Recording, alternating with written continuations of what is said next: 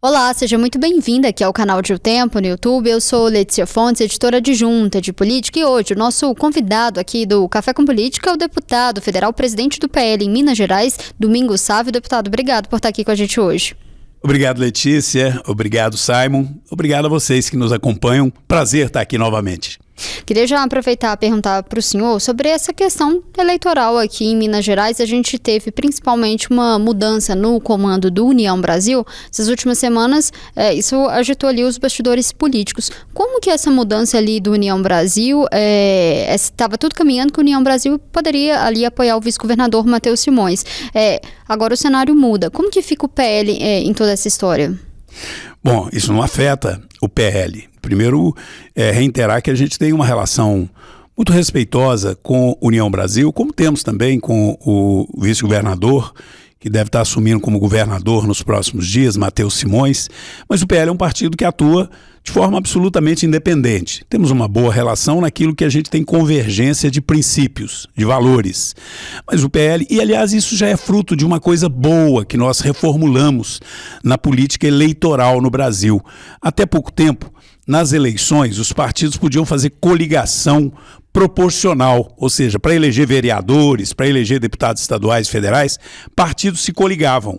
E no passado já houve aí coligação do PL com a União Brasil, com outros partidos, o que era natural. E isso era, portanto, algo que tinha que se preocupar antes das convenções. Agora, isso nem pode acontecer. Do ponto de vista eleitoral, acho que isso foi um avanço. Cada partido tem que ter a sua chapa de deputado estadual e a sua chapa de deputado federal. Nesse momento, o PL está focado em formar uma boa chapa de deputados estaduais, uma boa chapa de deputados federais, preparar nossa candidatura para o Senado, construir, aí sim pode haver aliança, a lei permite aliança, construir uma aliança adequada de direita, de centro-direita aqui em Minas, para ganhar o governo do estado, mas uma aliança que também esteja em harmonia com o nosso candidato à presidência da República, que isso já está definido, nosso candidato Flávio Bolsonaro. Então o PL já está bem focado nos seus objetivos e, óbvio, respeita e tem uma boa relação com a União Brasil, com o Progressista, que, aliás, são partidos que tiveram juntos com o presidente Bolsonaro durante todo o mandato do presidente Bolsonaro. São partidos que sinalizam que se tornaram oposição ao governo do Lula, oposição ao PT, né? Já tiraram seus ministros, então já são partidos que não têm simpatia com a esquerda. Então eu acho que aqui em Minas... Você fala do senador Rodrigo Pacheco e para a União também. Não, mas o senador Rodrigo Pacheco é um caso à parte, né? Porque o próprio PSD, que é o partido que ele está hoje, já sinalizou que não tem nenhum compromisso com ele, porque já definiu, inclusive, que seu candidato ao governo de Minas é o vice-governador Matheus Simões. Então, na verdade, eu prefiro nem comentar, porque eu acho que o Rodrigo Pacheco está fora dessa história. Não sei qual o caminho que ele vai tomar, respeito, mas o PL não tem nenhuma relação com ele e não temos nenhuma preocupação específica com ele. O PL quer o futuro de Minas mais seguro. Nós achamos que o futuro de Minas depende, primeiro, de não entregar o governo do estado para a esquerda, para o PT e para os seus aliados, para aqueles que estejam aliados. Por quê? Porque não é possível. Errar é humano, mas repetir no erro, aí, pelo amor de Deus, eu não vou pôr nenhum adjetivo que todo mundo está ouvindo, sabe o que é, né? Você repetir o erro. Lembra, tem pouquinho tempo o PT teve governando de Minas. E curioso, o PT governava Minas e tinha a Dilma como presidente, o PT na presidência, e foi um desastre para Minas. Foi o pior momento que a geração de vocês, que são mais jovens, se lembra. Mas mesmo eu, que já estou mais vivido, não me lembro de um governo tão ruim quanto o governo do PT aqui em Minas Gerais. E o PT não mudou, gente. O PT é o mesmo populista, né? Aquela mesma demagogia, mentira é a rotina deles. E, infelizmente, eles fizeram mal para Minas, nós não vamos deixar isso acontecer. Então o PL vai estar unido com quem quer preservar aquilo que tem de bom. O Zema fez, sim, algumas coisas importantes, como preservar a austeridade na gestão pública, a honestidade na gestão pública, que isso é fundamental. E agora há muito que melhorar. Mas o primeiro passo para não melhorar é não andar para trás. E deputado, o senhor comentou, né, nessa necessidade de se ter um palanque aí ao Flávio Bolsonaro aqui em Minas, e hoje a gente tem o Matheus Simões, que é com quem o PL tem uma conversa mais avançada, mantendo aí uma lealdade ao Zema, enfim. Como que vai ficar essa definição, né? O Cleitinho passa de fato a ser essa primeira opção para o PL tá na frente do Matheus Simões? Ele passa à frente, o PL também não tendo aí, né, o deputado Nicolas Ferreira, que já sinalizou não querer candidatar ao governo, o PL trabalha com opções internas. Como que deve ficar essa montagem, essa definição desse palanque para o Flávio Bolsonaro aqui em Minas? Olha, primeiro, eu como presidente estadual do partido tenho me preocupado em manter o nosso grupo muito unido, formar uma boa chapa, estamos formando uma boa chapa de deputados estaduais e de deputados federais para o partido continuar sendo o partido com a maior bancada de deputado federal aqui de Minas, eleger a maior bancada na Assembleia e, obviamente, nós queremos, como eu acabei de dizer, um governo que siga os princípios do PL, um governo de direita, um governo que coloque Minas no caminho certo, que enfrente os graves problemas da segurança pública, que valorize a segurança pública em Minas Gerais. E nós temos que, ou, para não cairmos na mão da esquerda, construir uma aliança, né, ou fazer alguma escolha. A aliança, às vezes, seria até o ideal. A avaliação do senhor seria o melhor. Uma aliança mais ampla de centro-direita, porque eu vejo tanto o Cleitinho como o Matheus Simões, figuras que têm posicionamentos de direita, né? Se manifestam claramente contra o governo do PT, o governo do Lula e esse populismo que está fazendo tão mal para o Brasil, o desrespeito aos nossos princípios, inclusive a valores cristãos que são desrespeitados frequentemente por aqueles que estão lá dentro desses partidos de esquerda e que nós achamos que isso está fazendo mal para o Brasil. Inclusive a questão da segurança, né? Que você ser governado por quem prefere fazer opção entre proteger o bandido do que proteger a vítima, o país está virando isso, né? E a esquerda sempre teve um discurso de proteger o bandido como se o bandido fosse o coitadinho, né? Ele roubou porque ele é um pobre, ele matou porque não cuidaram dele. Não, peraí. Se a pessoa é mais humilde, eu vim de família extremamente humilde, de ir para a escola descalço, de pé no chão, e eu não precisei de roubar de ninguém. E eu tenho uma vida pública que me ensinou que a gente constrói as coisas trabalhando. Então nós queremos um país em que todos trabalhem. Por isso, tanto o Cleitinho como o Matheus, nenhum está na frente do outro na nossa maneira de ver. As pesquisas são importantes, mas são pessoas... o que tem que pesar agora é o caminho que a gente vai escolher. E nós queremos escolher um caminho de direita, de seriedade, de austeridade. O que falta para poder fechar com o Matheus Simões ou com o Cleitinho, cada um deles? Olha, isso que falta, é natural que faltasse, porque agora que nós estamos acabando de definir o cenário nacional. Minas é o segundo colégio eleitoral do país. E não é um ditado, simplesmente, é uma constatação real. Ganhar a eleição em Minas para presidente é fundamental para ganhar a eleição no Brasil. É fundamental. E nós acreditamos que ter um bom palanque aqui em Minas para o governo de estado ajudará Flávio Bolsonaro. Então, nós não podemos nos precipitar de dizer, nós temos já uma aliança com fulano e amanhã esse fulano está comprometido com um outro palanque e aí a gente tem que voltar atrás. E seria o caso do Matheus Simões? O Matheus, por exemplo, precisa ainda de algumas definições, né, para que a gente possa avançar em alguns acordos. Né? Quais definições? Olha, hoje uma coisa está muito clara. Nem nós pensaríamos em pedir ao Matheus para não ser leal ao Zema. Afinal de contas, o Zema é um homem íntegro, um governador que merece todo o nosso respeito, só que eu não posso votar nele para presidente. E ele sabe disso. E ele respeita a minha posição, porque o meu candidato a presidente é Flávio Bolsonaro. Mas o Matheus não tem a condição de fazer essa escolha que eu estou fazendo. O Matheus não tem condição de não apoiar o Zema para presidente. E o Zema é candidato a presidente. E o Matheus, o curioso é que ainda entra um outro complicador. Ele está no PSD. E o PSD deve ter um candidato à presidência da República. Ou pode vir a ter um candidato à presidência da República. Mas essas questões nacionais, então? São questões nacionais. Então, é preciso ter um pouco de paciência, porque nós precisamos também de considerar que existem opções e temos que ter responsabilidade para fazer essas opções.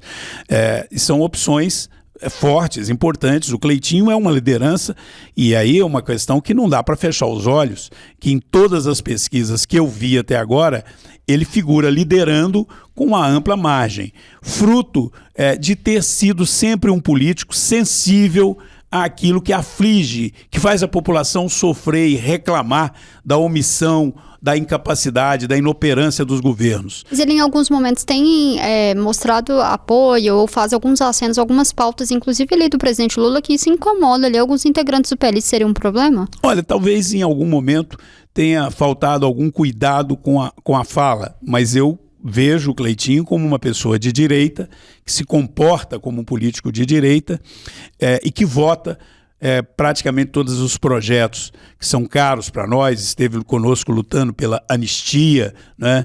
Teve sempre se posicionando a favor de pautas importantes para nós. E eu tenho com ele uma boa relação, mas esse assunto não está resolvido totalmente.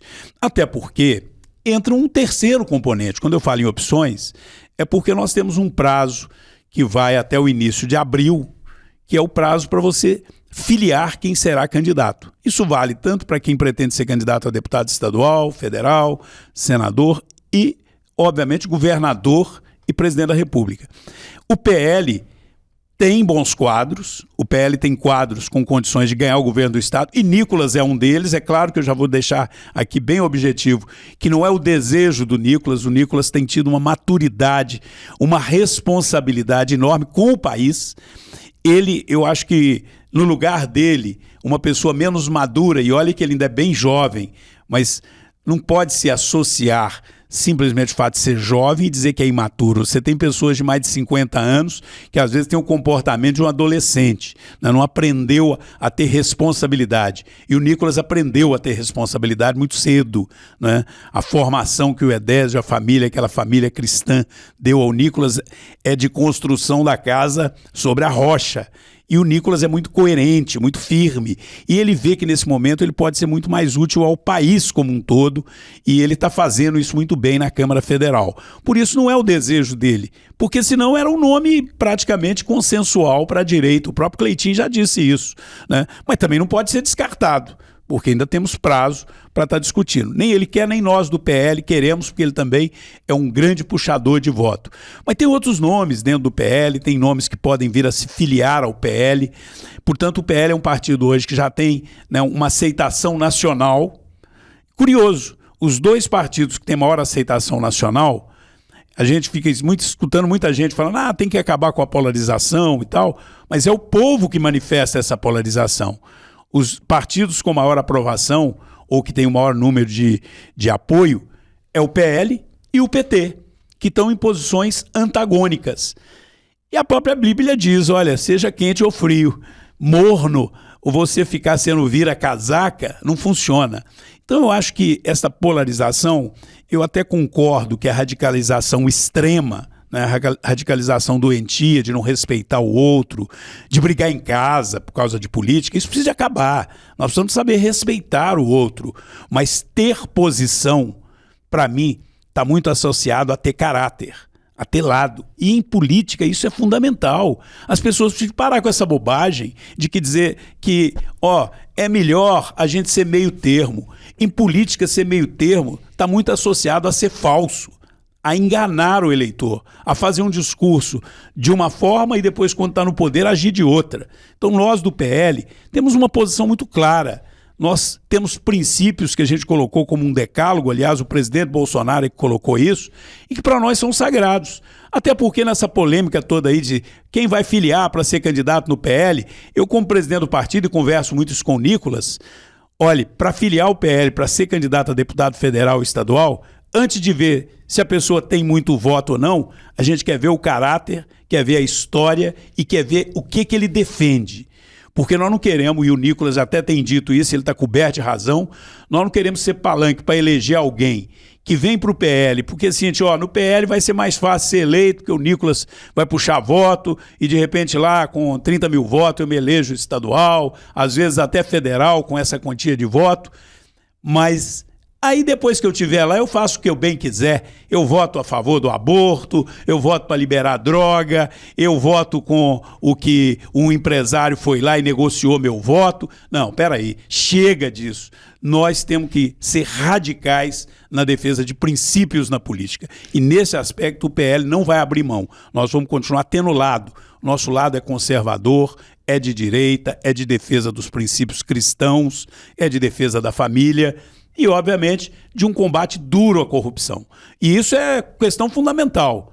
Tem ficha suja, tem história ruim na política, vai procurar outro canto porque o PL não te quer, não. Ô deputado, o senhor falou, né, desse prazo de procurar possíveis candidatos a esse filiar ao PL.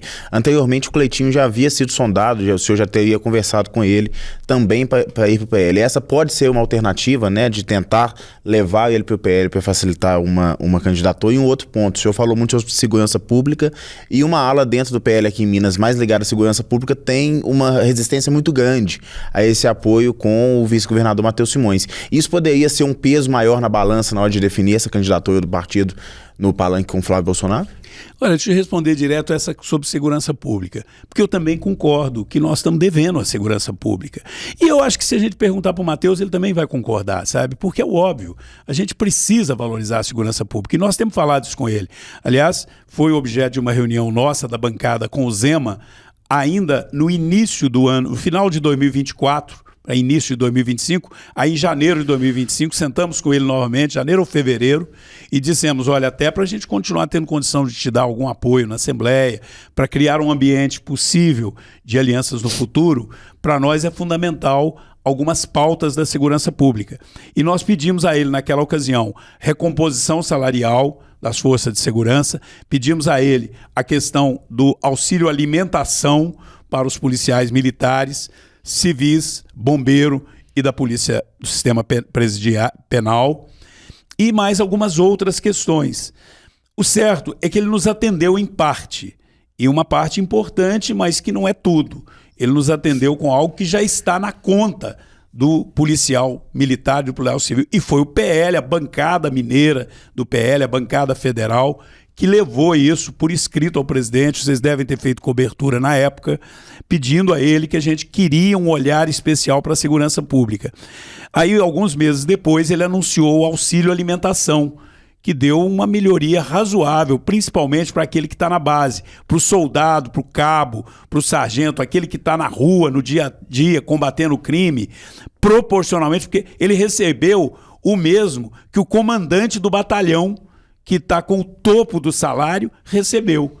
Mas, por exemplo, um aumento de R$500 para quem ganha, né, até 5 mil é 10%. Para quem está ganhando 20 mil, né, é bem menos. Então, o impacto na vida de quem trabalha, tanto na carreira militar ali da Polícia Militar, como do bombeiro, da Polícia Civil, foi bom, do Vale Alimentação. Mas para os aposentados esse benefício não foi o que causou também, porque para os aposentados ele teria que ter atendido a outra pauta nossa, que é a recomposição salarial. Aí atende o da ativa e o aposentado. E nós não abrimos mão disso. E a gente continua cobrando do governador Matheus. Eu tenho expectativa que no momento que ele sentar agora na cadeira do governador, nós ajudamos a votar em Brasília. Eu trabalhei muito para votar em Brasília, não só o projeto de renegociação da dívida de Minas, o Propag, que foi um programa novo de refinanciar a dívida, mas nós também trabalhamos muito. E aí foi o principal trabalho da esquerda, da oposição, né? Porque a esquerda, que é a base do governo Lula, sempre quer defender os vetos do Lula. E o Lula vetou alguns artigos da renegociação de dívida que colocaria as finanças de Minas agora em 2026 e 2027 muito sufocadas. E nós conseguimos derrubar o PL e outros partidos de direita e de oposição ao governo, liderou essa questão lá em Brasília e nós conseguimos derrubar os vetos do Lula. Portanto, eu acho que o Matheus deve conseguir dar algum aumento. Espero que dê. Então, esse aspecto aí, você tem razão, é de fato uma fragilidade. Seria algum compromisso ali do PL com o Matheus Simões, se fechasse uma aliança, é isso? Não, eu acho que para fechar uma aliança, tem que ter primeiro, eu continuo dizendo que primeiro nós temos que resolver essa questão do palanque a presidente da República. Nós não podemos, eu não vou me sentir à vontade subir num palanque pedindo voto para um governador e ele pedir voto para outro candidato a presidente da República. Eu não tenho espaço para pedir voto para o meu candidato a presidente da República. Eu preciso de ter um pouco mais de tranquilidade de como que a gente conduziria isso. Então isso ainda está ainda numa fase de análise, as candidaturas à presidência precisam de se consolidar e o PL está muito firme de que nós precisamos de eleger o próximo presidente da República. Nós não precisamos só de disputar a presidência da República, nós precisamos ganhar a presidência da República. E aí, é como eu disse, é uma escolha entre um caminho e outro caminho. Eu não tenho dúvida, se alguém falar assim, mas o Zema vai com o Flávio no segundo turno. Primeiro que seria desagradável eu ficar aqui dizendo que o Zema não vai para o segundo turno, não é? Eu não teria o direito, eu não tenho bola de cristal. Então o que eu tenho que fazer é trabalhar para o Flávio ser o mais votado no primeiro turno, se possível ganhar a eleição no primeiro turno, mas se não ganhar a eleição, com certeza ele vai para o segundo turno. Ele indo para o segundo turno, nós precisamos do apoio tanto do Zema como do candidato do PSD, se ele não for junto para o segundo turno. Porque como o PT tem a máquina na mão, ele seria quase que uma ingenuidade eu não considerar que há uma boa chance do Lula estar no segundo turno, né? Eu não diria que o mais provável é acontecer como ocorreu no Chile, de disputar dois candidatos de direita. O mais provável no Brasil é que a gente tenha a disputa de um candidato de esquerda, que é o Lula, com um candidato de direita, que será o Flávio Bolsonaro, isso se nós não conseguirmos virar esse jogo e ganhar no primeiro turno. E nessa hora, eu como presidente de partido e com a vivência que eu tenho, eu sei que é preciso ter todo um respeito ao Zema, todo um respeito ao PSD, mas o Zema liderado pelo Kassab, porque amanhã pode ser um Caiado, pode ser um Ratinho, pode ser o Eduardo, um candidato a presidente, que eu vou precisar do apoio dele ou do eleitor dele no segundo turno. O Zema ser vice do Flávio Bolsonaro resolveria esse problema aí do Matheus Simões? Sem dúvida que isso pode vir a resolver esse problema. Se isso ocorrer, eu acho que não tem o que discutir. Mas aí não cabe a mim, porque o Flávio está retornando ao Brasil de uma viagem institucional que ele fez para conhecer realidades até de outros continentes com os quais é importante que o Brasil esteja afinado, né? Ser presidente da República, além de cuidar do Brasil, é cuidar das relações do Brasil com o mundo, e o Flávio se mostra preparado, mas foi lá também buscar mais bagagem, porque a partir de agora ele tem que intensificar a presença aqui, e ele está retornando, me parece que amanhã está pousando no Brasil, eu estou indo para Brasília, vou me reunir com ele, e ele vai nos ajudar a tomar a decisão em Minas. Mas essa decisão eu diria que ela deve ser tomada com o nosso candidato a presidente, Flávio Bolsonaro, com o nosso maior líder de Minas, e eu não tenho o menor constrangimento de dizer isso, pelo contrário, eu tenho muito orgulho de dizer isso, o nosso maior líder em Minas chama-se Nicolas Ferreira. É um jovem que está completando 30 anos, é um jovem talento, é uma revelação, e é uma revelação fundamentada em princípios. Flávio Nicolas, então, que vai Flávio decidir. Nicolas. O Nicolas, tem gente que às vezes é um talento que ganhou um campeonato, não é? E aquilo é um momento transitório na vida da pessoa, um grande atleta. Ou é um artista que se consolidou com a criação de uma obra de arte. O Nicolas está se mostrando um talento em princípios, em caráter, em coerência, em fazer uma nova forma de política, em que você assume um compromisso e entrega aquilo que você assumiu de compromisso. Então hoje os próprios colegas do PL sabem que em muitas cidades dele o eleitor vai optar por votar no Nicolas. Eu sei, por exemplo, porque eu tive uma votação fantástica em Divinópolis de quase 20 mil votos nessa última eleição. O Nicolas foi lá um dia e teve 21 mil votos, mais do que eu. Mas eu não fiquei chateado com o Nicolas, porque eu acho que quem votou no Nicolas em Divinópolis votou muito bem, né? Porque ele honra aquele voto. Ele não consegue honrar esse voto, aí é um problema até que a gente está fazendo de amadurecimento da política. Como as emendas parlamentares, elas viraram, né, quase que um apelo muito grande, associando isso ao voto, e é preciso ter prudência com essa associação, o Nicolas tem o mesmo volume de emenda que eu tenho, que os outros deputados têm. Só que o Nicolas é votado em 853 municípios mineiros. Ele não tem como contemplar com a mesma intensidade ou com o mesmo número de cidades. Mas ele contempla com uma coisa que não vai deixar ele perder voto. Ele contempla com a entrega de princípios, de coerência. E o eleitor votou nele buscando isso. Então, nós vamos definir muito o futuro do PL aqui em Minas ouvindo o Flávio Bolsonaro, ouvindo o Nicolas. Eu sinto que também é o que o próprio presidente Valdemar pensa. Eu converso isso com o presidente Valdemar, eu converso isso com o presidente José Santana, que é o nosso presidente de honra, e eu, como presidente estadual, estou dando essa minha palavra aqui. A nossa decisão em Minas passa por Flávio Bolsonaro e Nicolas Ferreira. O presidente, o senhor tem falado muito do Nicolas, né, do protagonismo que ele tem tido no PL, e ele já teve uma votação expressiva, né, o mais votado do Brasil em 2022. Hoje o PL está trabalhando com estimativa de quantos votos Nicolas poderá chegar aí em 2026. Há essa conta já sendo feita? Como que isso poderia puxar, né, outros candidatos aí dentro do partido? Eu acho que a gente nem deve se precipitar com isso, sabe? Primeiro porque qualquer atitude nesse sentido pode parecer arrogância, pode achar assim, eu aprendi uma coisa, não tem eleição ganha de véspera. Humildade, né, e caldo de galinha não faz mal a ninguém, especialmente na política. Eu costumo dizer que cada um de nós só tem um voto, o seu próprio. O Nicolas só tem um voto, que é eternamente dele, o dele. O resto ele conquista cada dia. O Nicolas conquistou mais de 1,5 milhão de votos naquela eleição. Ele sinaliza pelo comportamento que ele não perdeu esses eleitores e que ele tem possibilidade de ter conquistado ou de vir a conquistar mais. Mas tudo depende do caminho que ele vai trilhando. Portanto, eu acho até muito louvável quando o Nicolas, por exemplo, e ele mostra uma maturidade para todos nós, quando ele diz, olhe quem vai pôr nessa chapa de deputado federal do PL, porque senão eu nem me disponho a ser candidato pelo PL. Às vezes nem a ser candidato. O Nicolas não é uma pessoa que hoje dependa de mandato de deputado federal para exercer liderança ou para viver economicamente. O talento dele abre para ele perspectivas as mais diversas. Nós precisamos dele como deputado federal, porque ele é uma voz respeitada na Câmara, ele é uma voz firme para defender os princípios que nós defendemos. Então eu acho que o tempo vai dizer isso. Eu te diria que ele tem tido um comportamento que sinaliza que ele preserva e tem possibilidade de ampliar essa votação. Mas o tempo é que dirá. É o cuidado, né? Orai e vigiai. E aí os resultados bons virão. Só voltando um pouco sobre um palanque do PL em Minas Gerais, o senhor falou que pode vir de uma pessoa que venha se filiar no PL. Quais esses nomes? O senhor falou que o PL tem muitos nomes, né? Quem são esses nomes além do Nicolas? Eu vou te dar um nome. Eu vou te dar um nome que serve só de símbolo aí de diálogos. Não está nem filiado ainda, mas a gente não tem razões para esconder. Eu costumo dizer o seguinte: só tem motivo para esconder aquele que está querendo fazer alguma coisa errada. E nós não queremos fazer nada de errado para Minas.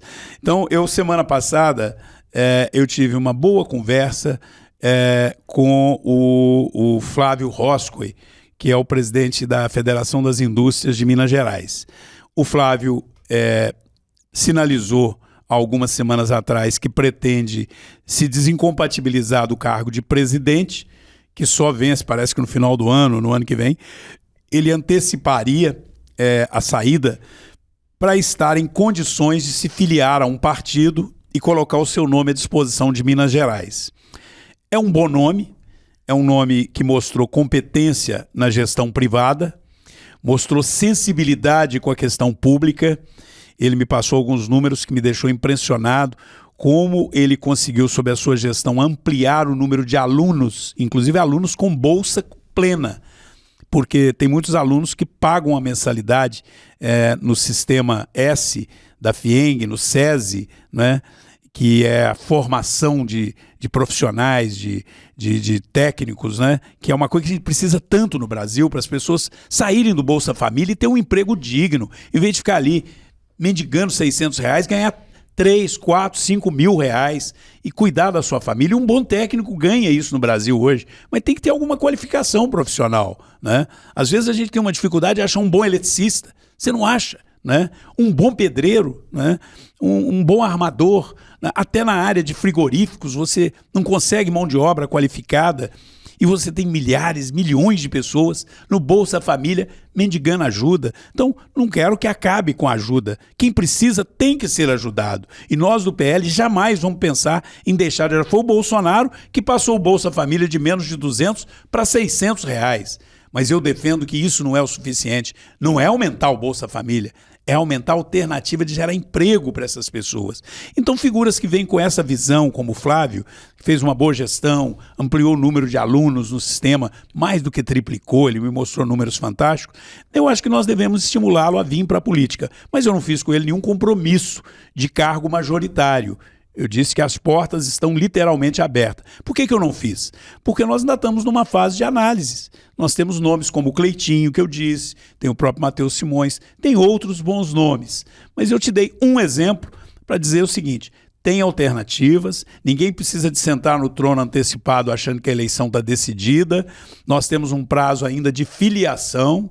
Depois do prazo de filiação, aí é que vem a escalação do time, né? É como para o futebol, nós que todos somos apaixonados com futebol, você tem aquela fase de pré-temporada que ainda nem definiu o técnico e que o time está contratando. Tem a janela para contratar. Contratou, inscreveu para o campeonato, você tem o time. Agora, o técnico vai botar em campo aquele que tiver melhor desempenho. Nós estamos na janela de contratação. Nós ainda não temos nem o time escalado. O time vai estar em condições de começar a ser escalado a partir de 5 de abril, quando nós fecharmos a janela de filiação.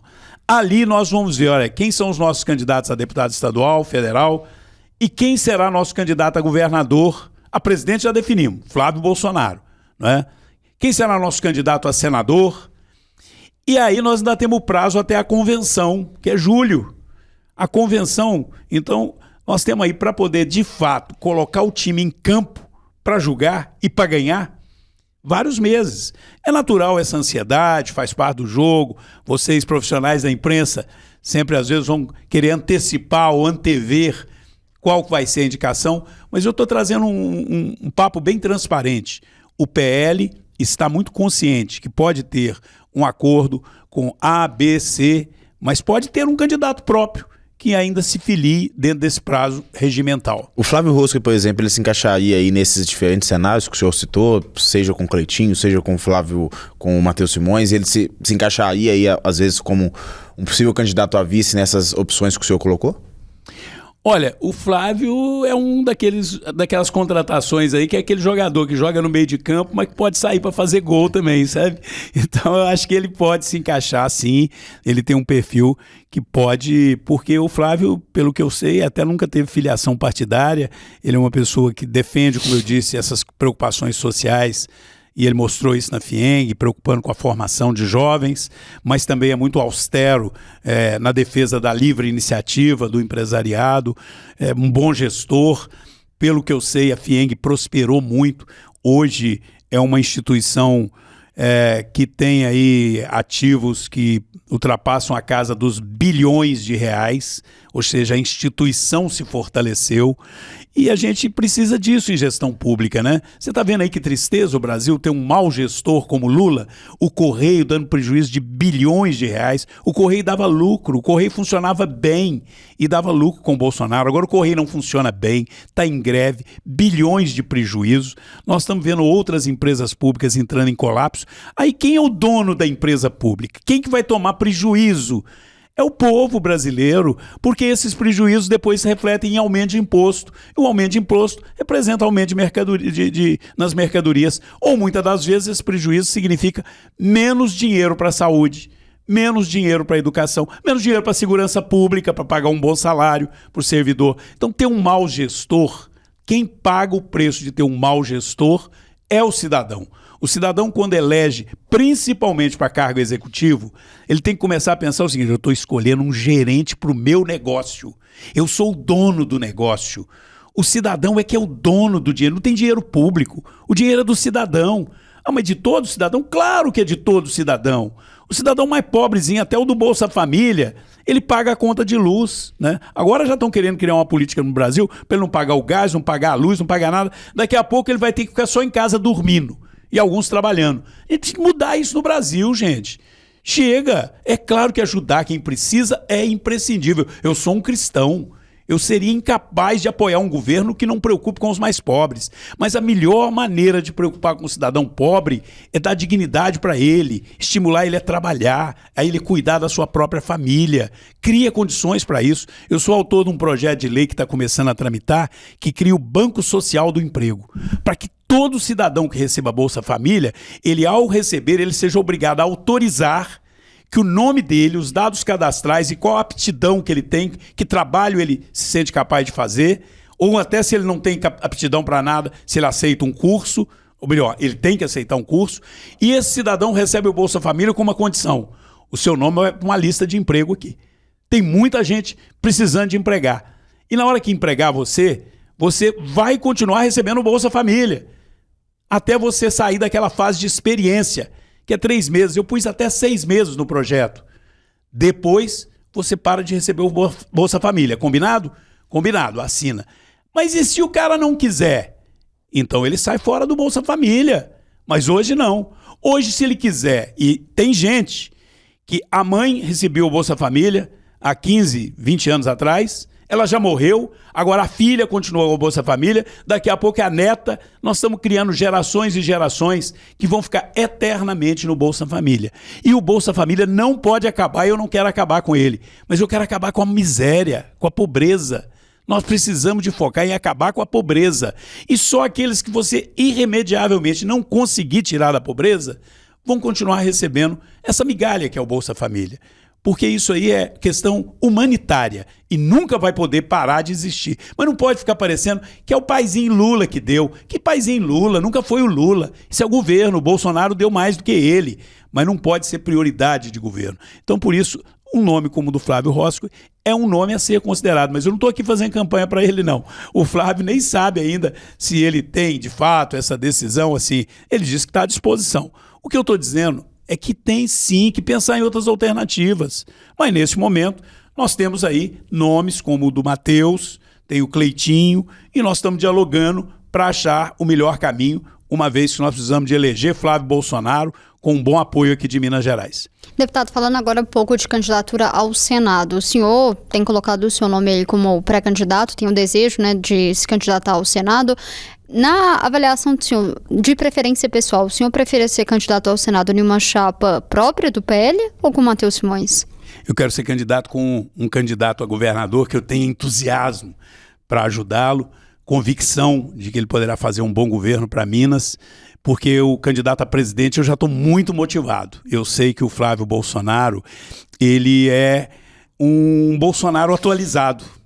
Eu falo isso com muita tranquilidade porque eu tenho o privilégio de poder dizer que sou um amigo do presidente Bolsonaro. Nós jogamos futebol junto em Brasília, nós convivemos por 4 mandatos como deputado lá em Brasília, ao lado dele, antes de muitos que estão aí hoje achando que é o mais íntimo do Bolsonaro e que às vezes ainda estava muito criança, eu já estava lá convivendo com ele, lutando pelo Brasil e contra o PT. Eu e Bolsonaro sempre tivemos na mesma trincheira. Então eu me sinto à vontade para dizer algo que eu sei que o Bolsonaro fica orgulhoso se ele pudesse estar ouvindo isso, dizer: presidente, você preparou bem um filho. É um cara que defende os mesmos princípios seus, defende os mesmos valores e está se atualizando. Alguém virá aí para mim dizer: Domingos, o Pablo, seu filho, eu estou gostando de ver. E, aliás, esse dia eu estava observando que o Pablo está crescendo mais na rede social do que eu, porque defende os mesmos princípios, defende os mesmos valores, só que ele está mais atualizado do que eu em algumas coisas. Isso é natural. Então, eu quero ter um candidato a governador que me mantenha tão motivado como eu estou para fazer campanha para o Flávio. Porque o Flávio, ele próprio disse esses dias: vocês não queriam um Bolsonaro mais moderado? Sou eu.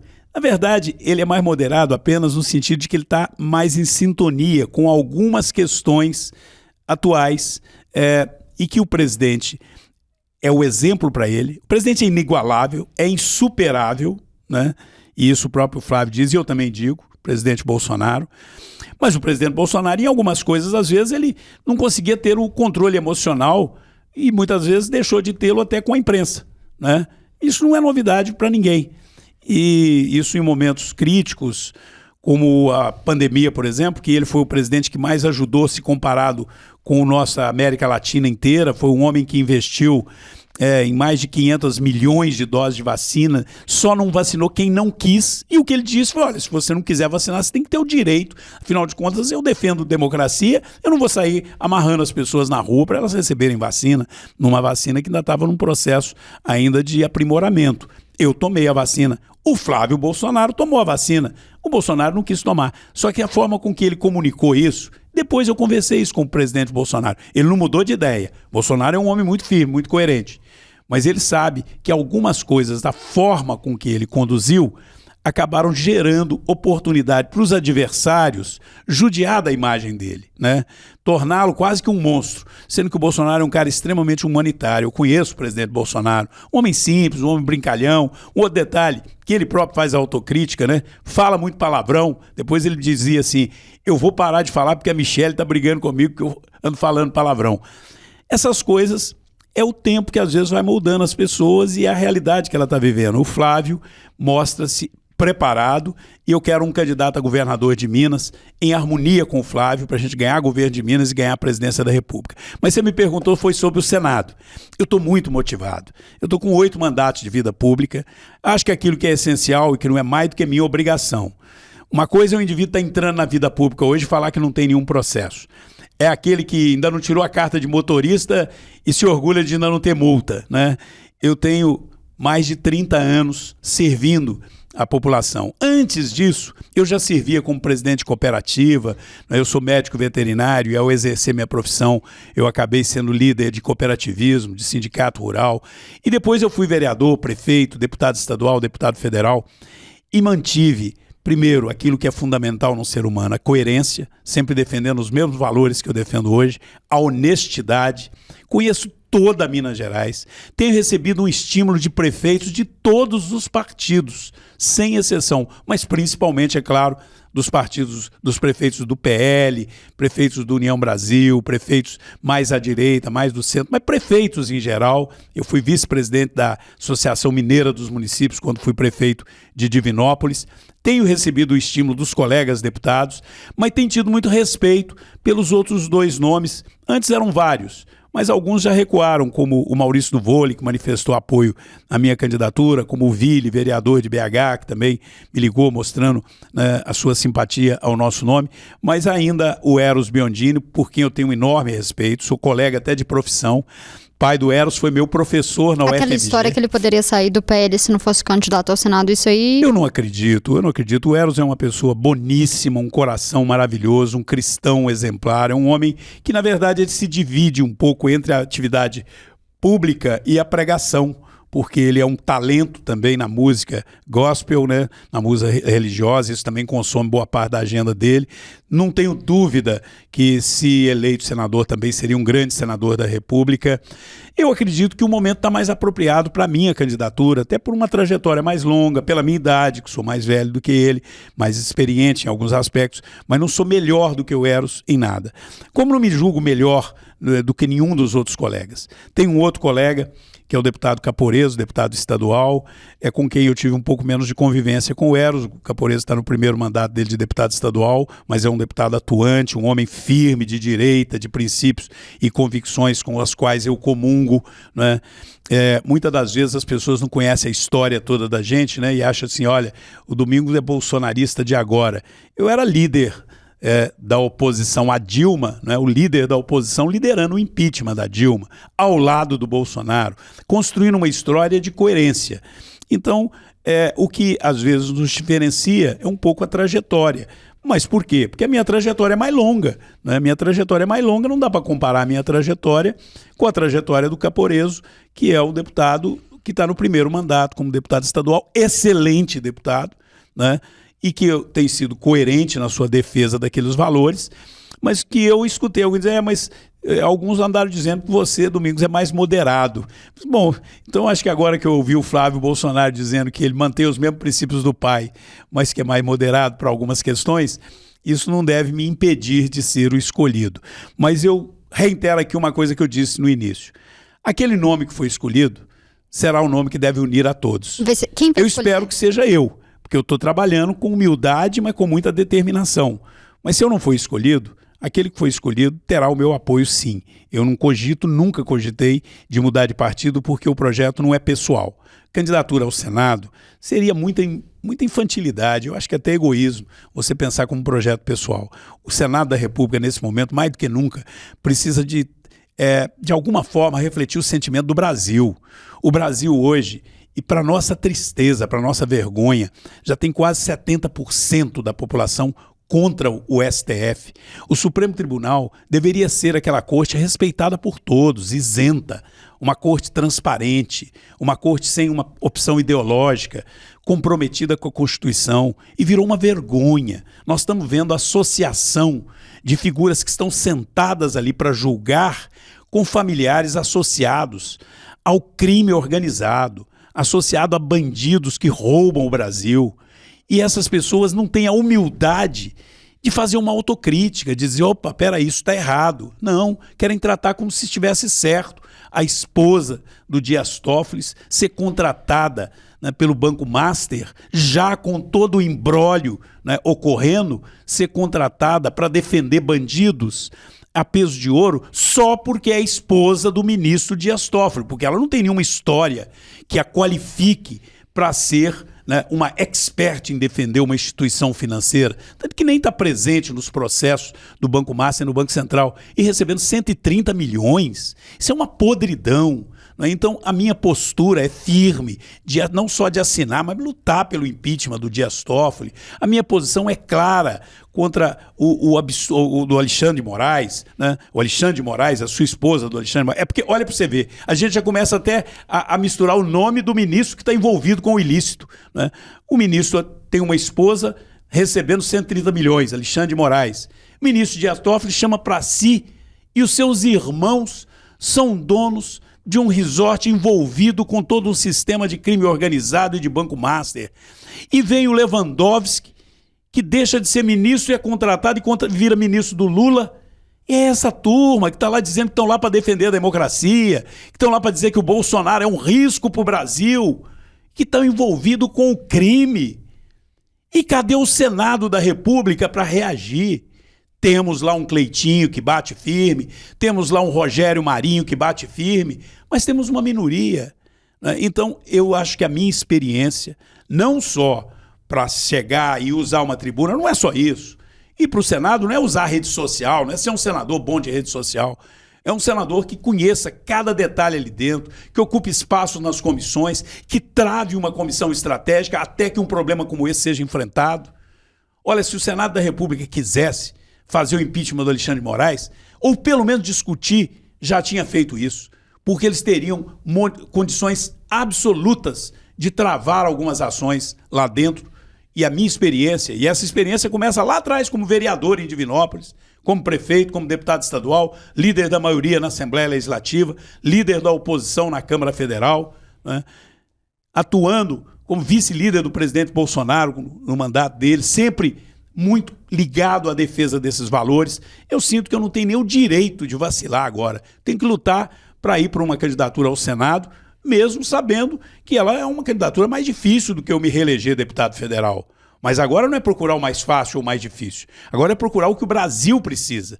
Então essa candidatura ao Senado, ela tem que ser muito unida no PL. Por isso que eu termino dizendo o seguinte: eu quero e acredito que estou preparado para ser o candidato ao Senado pelo PL. Mas em hipótese alguma, se isso não me for contemplado, eu vou dividir o time, vou sair fazendo campanha para outro candidato. Não, isso não é o meu perfil, porque a minha responsabilidade é com o Brasil em primeiro lugar e com esses valores. O deputado, o senhor e tem sido uma tônica, né, de um discurso muito nacionalizado, pensando muito em questões nacionais, mas uma eventual candidatura do senhor ao Senado, haveria espaço para as discussões que, de fato, são inerentes especificamente a Minas Gerais? Mas esse é um outro aspecto que, aí com respeito a todos os três, as pessoas, mas eu vou te dar alguns dados que é assustador. A omissão, né? Nós temos algumas mudanças que ocorreram e que estão por ocorrer em que o Senado não acompanha. Por exemplo, o governo federal, ele prorrogou a concessão da ferrovia Vitória-Minas no ano passado. Eu briguei, eu xinguei, eu critiquei, falei, olha, estão fazendo uma prorrogação por mais 30 anos sem atender praticamente nada do que nós precisamos de investimentos nas cidades que são cortadas por essa ferrovia. Ela sai aqui de Belo Horizonte, vai até o Espírito Santo, em Vitória. Ela passa pelo Vale do Aço. O Vale do Aço, quando teve aquela greve de caminhoneiro, ele parou por falta de abastecimento de combustível. Os trens não estavam parados, poderiam levar combustível, mas não tem um terminal de carga aberto no Vale do Aço que possa fazer o transbordo de trem para caminhões. Por quê? Porque o trem faz transporte quase que exclusivamente de minério do interesse da concessionária. A ferrovia não atende o interesse público. Ela é uma concessão, deveria atender o interesse público. O Vale do Aço ficou prejudicado. Agora estão discutindo a renovação da Vitória Minas. A Vitória Minas, ela é a maior malha ferroviária do Brasil. Ela passa por 110 cidades mineiras, passa aqui em Betim, passa aqui em Contagem, passa em Divinópolis. Ela passa em vários lugares. Ela traz uma série de dificuldades urbanas, acidentes aqui em Betim, acidente em Divinópolis. Não tem investimento para você melhorar a mobilidade urbana, para construir viadutos, para isolar a linha férrea como é isolada na Europa, como é isolada nos Estados Unidos. Você não tem aqui, né, um terminal de cargas. Em Divinópolis, que nós temos uma indústria siderúrgica importante, você não tem um terminal de carga que pudesse embarcar e desembarcar mercadorias, como, por exemplo, os móveis de Carmo do Cajuru, né, o vestuário de Divinópolis, as fundições de Cláudio, etc. Então, esta visão de Minas, incorporada às grandes decisões nacionais, não tem acompanhamento. Por quê? Talvez porque não passaram pelo cargo de ser prefeito, como eu fui, de ter uma trajetória como eu tive. Então, infelizmente, nós temos alguns assuntos graves e que vão sendo simplesmente ignorados. Uma outra coisa, o dinheiro que vem para a saúde em Minas, o per capita que vem para distribuir para atenção de média e alta complexidade em Minas, nós somos a segunda maior população do país, tá certo? Entre os estados. Em termos de cidadão per capita, nós estamos provavelmente lá em 17º lugar. Tem pelo menos uns 15, no mínimo, estados que cada cidadão recebe do Ministério da Saúde. Quando eu digo cada cidadão, é porque vai para a Secretaria de Estado da Saúde e para as secretarias municipais o dinheiro para ajudar o atendimento SUS nos hospitais, que é a chamada média e alta complexidade. Ou existe almoço de graça? Por que quando você vai internar aqui na Santa Casa, o SUS paga? É o governo, o ministério lá que paga? Não, o dinheiro vem para a Prefeitura de Belo Horizonte e ela paga a Santa Casa. Aqui em Contagem, a mesma coisa, aqui em Betinha, lá em Divinópolis, no São João de Deus. Só que tem um volume, um limite que vem por mês. O limite que vem por mês em Divinópolis, em Minas Gerais, e aí repercute em todas as cidades, é calculado por cidadão. O nosso é menor do que os outros estados. Eu brigo por isso lá, mas nós precisamos do Senado, porque o Senado tem mais força na comissão de orçamento. Domingos, mas como é que você sabe disso? Eu sei porque eu fui prefeito. Eu sei porque como funciona, né, o orçamento da saúde no município, nos estados. Eu sei porque eu sou um deputado que eu atuo na comissão de orçamento na Câmara Federal. Eu procuro conhecer. Eu sei, então, como distribui o dinheiro dos nossos impostos. E o senador tem que brigar por isso, né? E, infelizmente, a gente não vê isso acontecendo. Os três aqui de Minas não brigam por isso? Com todo respeito a todos os três. Mas eu não vi uma atitude mais firme para nós aumentarmos o volume do recurso que é passado para Minas Gerais de média e alta complexidade na saúde. Foi um dos exemplos que eu citei. Eu não tomei conhecimento de uma atitude mais firme para que na renegociação da rede ferroviária Vitória Minas, que eu interferi e consegui acrescentar alguns investimentos, da mesma forma que na 381, no projeto de concessão da 381, eu interferi para brigar para que em Ipatinga tivesse investimentos na área urbana. Eles estavam deixando a área urbana de Ipatinga, que é cortada pela 381, sem nenhum investimento, com a alegação de que ela já era duplicada. E não iriam incluir como obrigação da concessionária investimento. Ora, Ipatinga não para de crescer e ali transita todo o Vale do Aço, usando a 381, ligando Timóteo, Ipatinga, Fabriciano e as outras cidades. Agora, é preciso conhecer Minas Gerais e é preciso conhecer os problemas do mineiro e brigar por eles.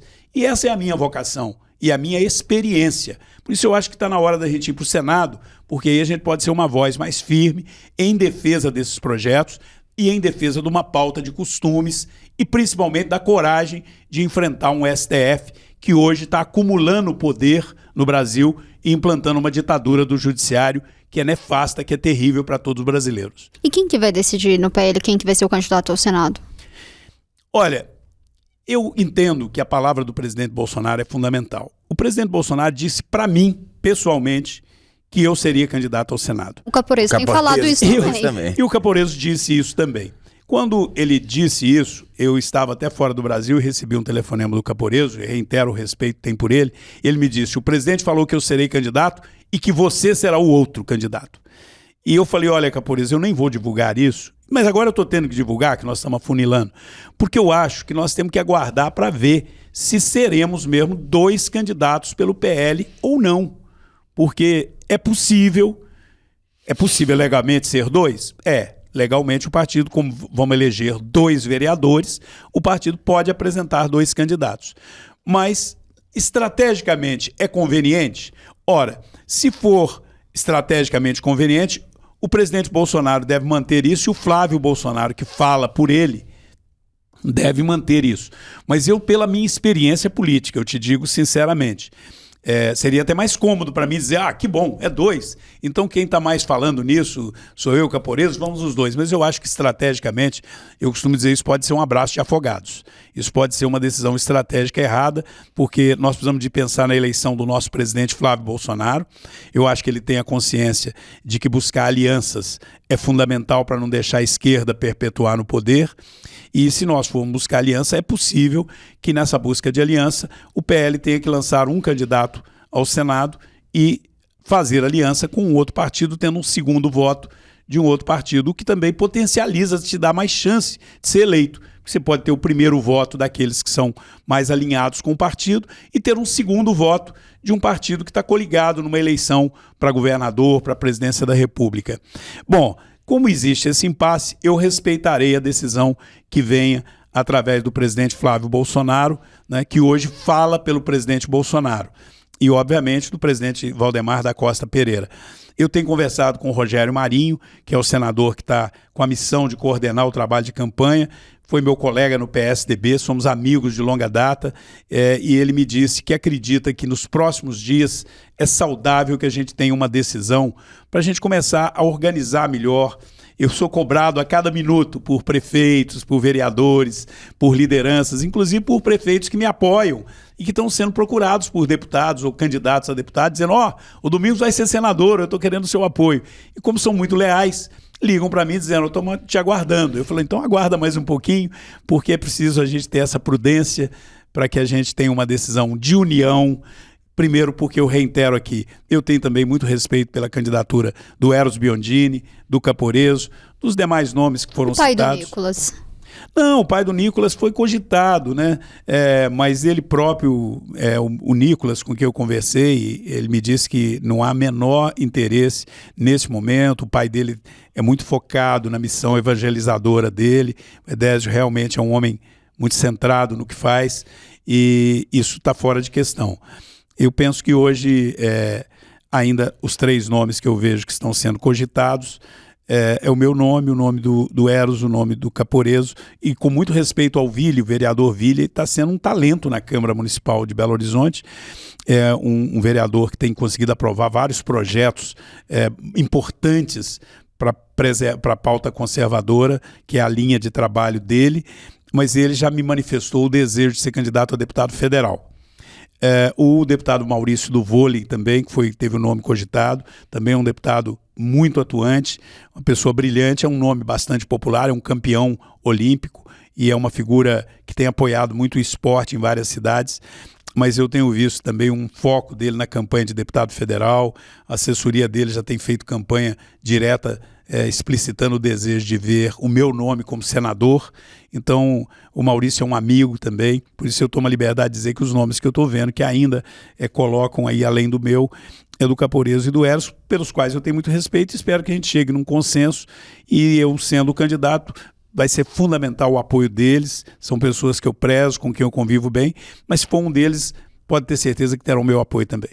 Deputado, já caminhando para o final, comecei a entrevista perguntando sobre como essa mudança no diretório do União Brasil poderia impactar, afetar o PL, porque tem muitos deputados que vão acabar saindo do União Brasil. Aí vou dar o exemplo do delegado Marcelo Freitas, que está sendo cogitado a filiar no PL. A gente tem outros deputados também, tem a deputada Grace Elias, que também ele está negociando ali uma filiação ao PL, e isso ali nos bastidores, pelo menos tem ali a conversa que tem gerado um mal-estar, inclusive ali de aliados do deputado Nicolas Ferreira.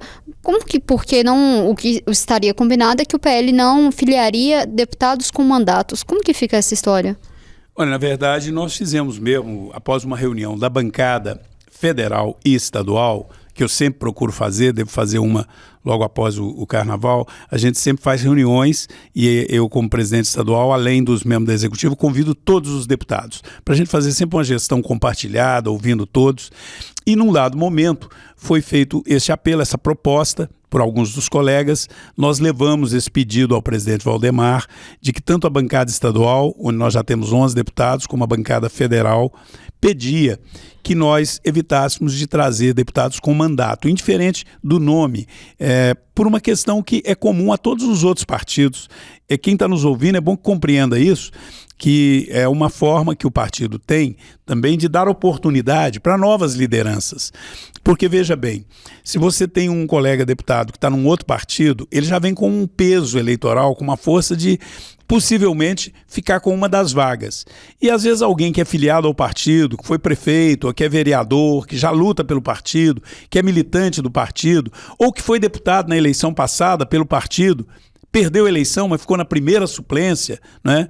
Aí na hora que ele está com a chance de se eleger, você traz outro que às vezes estava até votando com a outra linha ideológica. Então, naquele momento, nós levamos isso ao presidente Valdemar, ele compreendeu. Naquela ocasião, ele disse que a Grace, que é uma colega com a qual eu também convivo muito bem, ela já era um compromisso dele, que caso ela quisesse vir para o PL, ela teria um apoio da Nacional para vir, e obviamente nós respeitamos o compromisso do presidente e fizemos esse apelo. Depois disso, eu soube, depois que já havia ocorrido, de uma reunião do presidente Valdemar com o delegado Marcelo, deputado federal, e aqui eu quero fazer uma ressalva. Tenho uma excelente relação com o delegado Marcelo, eu não participei desta reunião que ele teve com o presidente Valdemar, mas é um deputado também de posições muito afinadas com a direita, um deputado defensor da anistia e que abriu o peito na defesa da anistia em todos os momentos, não só votou, mas defendeu. É um deputado que, portanto, eu não tenho nenhuma objeção de natureza político-ideológica. A gente até concorre em algumas cidades, o que é normal, a gente não é adversário, a gente concorre, o que é natural e saudável na política, e, portanto, eu não posso avançar sobre isso porque eu não participei dessa conversa pessoalmente. Mas você tem razão de que preocupa alguns colegas. A gente deve voltar a conversar isso com o presidente Valdemar. A tendência do PL é de não receber filiações de quem já exerce mandato. Há desejo de muitos virem para o partido, não é novidade que o partido tem o potencial de eleger uma boa bancada. Isso preocupa o Nicolas e os aliados? Não, o que preocupa o Nicolas não são pontualmente esses dois nomes aí, pelo menos que eu saiba, certo? Eu sei que ele trata essas pessoas com muito respeito. O que preocupa o Nicolas, e nem é essa questão de se é deputado com mandato, porque nós temos dezenas de deputados com mandatos que são nossos aliados, que estão no União Brasil, que estão no Progressista, né, que estão no Republicanos, e que são pessoas, até mesmo no PSD, que são pessoas com quem nós temos uma convivência boa e que votam junto conosco. A questão de não vir para o partido é para não tirar a chance até de deputados do próprio PL que ficam preocupados, que podem ter um pouquinho menos de voto e ficar de fora. Isso é normal. Se você perguntar para vários outros partidos aí, deputados de outros partidos, opa, peraí, não traz para cá alguém com mais de 100 mil votos não, porque vai tirar a minha vaga. Isso é um pouco do jogo político. Qual é a preocupação do Nicolas e que é absolutamente legítima? É não só deputado que tem mandato. Deputado tem mandato que é de esquerda, que vota com a esquerda, ou que não tem muita clareza na sua defesa dos nossos valores, Nós não queremos, não é por medo dele tomar a vaga, não. É porque nós vamos dar a vaga para alguém que não comunga com os nossos princípios. E não basta, a questão não é só para deputado que tem mandato, é quem ficou de suplente, quem é aí, o cara é famoso, é isso, é aquilo, vai ter muito voto. Mas e a firmeza dele de defender esses valores? Dá para acreditar? Dá para confiar? Ou é uma pessoa que, num passado recente, estava ali fazendo apologia defendendo até... Porque a gente tem no Brasil coisas malucas, né? A gente tem no Brasil quem defenda mudança de sexo para menor de idade, né? Tem isso. Nós chegamos ao ponto de, no projeto do Plano Decenal de Educação, né, ter gente que propunha permitir que o SUS desse hormônio feminino a partir de 14 anos, para quem quer mudar de idade, mudar de sexo. A pessoa não tem formação ainda do que ela é na vida e você vai estimulá-la a fazer uma escolha que é pro resto da vida e que pode depois levá-la até o suicídio, porque ela pode chegar à conclusão que tomou uma decisão errada e depois não tem jeito de voltar atrás, né? Então é muito sério isso. São missões que devem ser mais voltadas para a família, para a educação espiritual das pessoas, até para um acompanhamento de natureza psicológica, com muita responsabilidade, e não do poder público ficar entrando nisso. Mas nós temos pessoas irresponsáveis que querem levar a educação ou a orientação sexual para dentro da escola sem nenhum escrúpulo, né, levando a ideologia de gênero, que você vai escolher se você quer ser menino ou menina com 10 anos de idade, né? Leva esse tipo de conversa para alguém que ainda está numa fase de pureza absoluta de alma, tirando a pureza das crianças, né? Isso para mim, é coisa de gente doente. Está transmitindo a sua doença para a criança. Deixa a criança chegar na hora certa, deixa ela amadurecer, ela se tornar um adulto, para ela fazer as escolhas que ela tem que fazer na vida. Não mistura isso com política, não. Mas nós temos pessoas desse tipo e que fica famosa em rede social. E aí, como ficou famoso em rede social, eu tenho tantos milhões de seguidores, eu quero ser candidato aqui no partido. E depois eu vou lá e defendo que eu posso levar a criança para a parada LGBT e estimular a criança a mudar de sexo. Ora, nós do PL não aceitamos isso.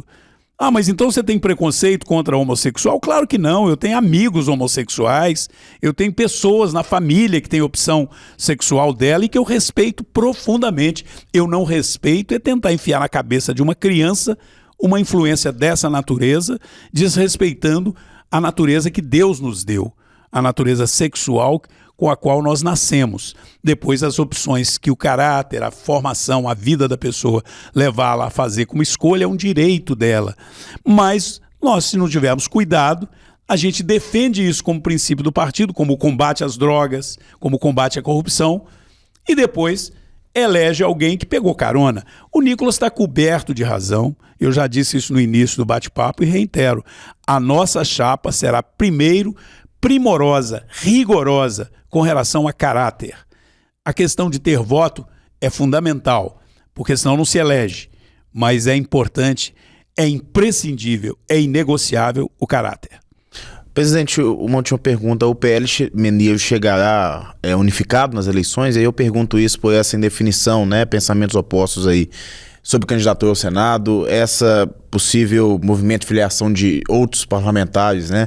Com mandatos e sem mandatos aí no partido, e também as diferenças de pensamento, de entendimento em relação à candidatura no governo de Minas. O partido vai conseguir chegar unido nas urnas? Eu tenho convicção que sim, porque o partido hoje está se consolidando em torno de uma ideia.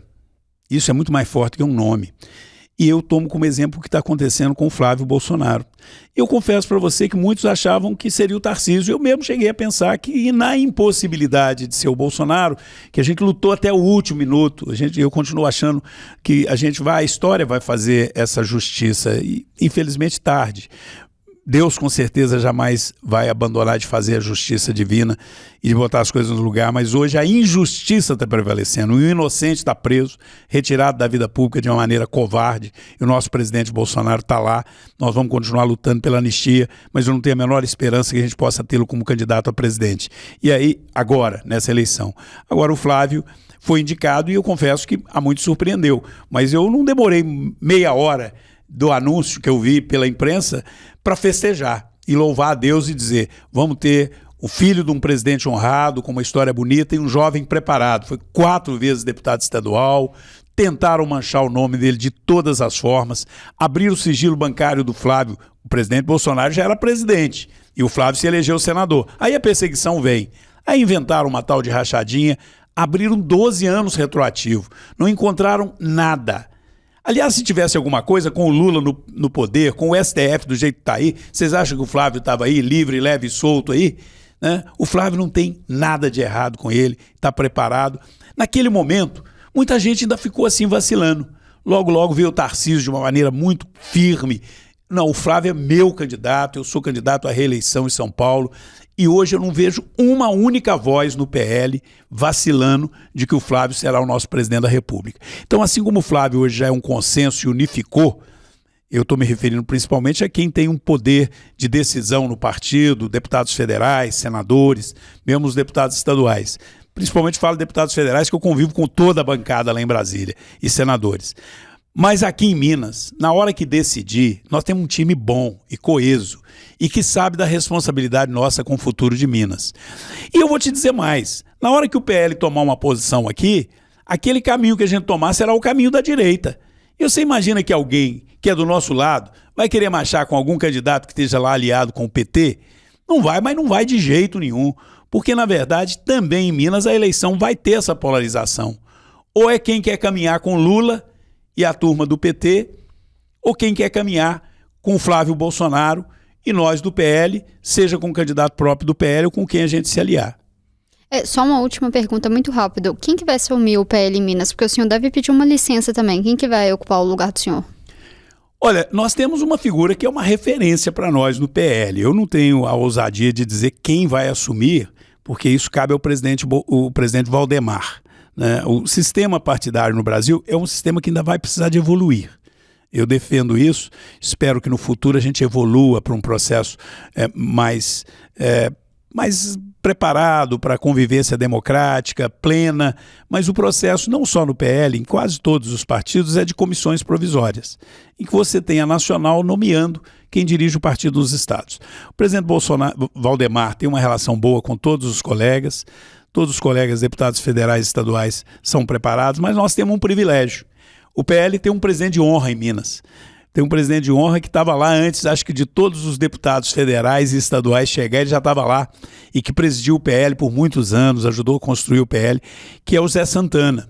Então acho que o Zé Santana é um nome que com certeza continuará presidente de honra, ou poderá até também assumir, não sei o que o presidente Valdemar vai decidir, mas eu, é claro, estou à disposição do partido, mas sinto que caso o meu nome seja escolhido para representar o partido, a tendência natural é que eu fique focado exclusivamente na candidatura ao Senado e no apoio, na ajuda da campanha do presidente Flávio Bolsonaro.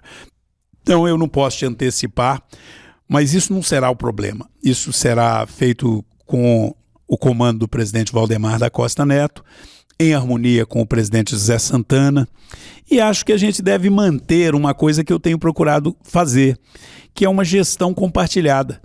Eu não tive nenhuma decisão nesses 2 mandatos, porque eu fui eleito presidente e depois fui reconduzido por mais um mandato. Então eu estou o mandato inteiro meu de deputado federal, já vai inteirar 4 anos, comandando o partido aqui em Minas.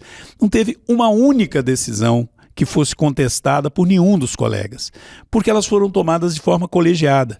Mesmo quando, e é normal o conflito dentro do partido, tem uma cidade que um deputado quer o diretório, o outro também quer o diretório, os 2 são votados lá, e a gente conseguiu em todos os lugares achar uma solução salomônica, uma solução conciliadora, mantendo a unidade.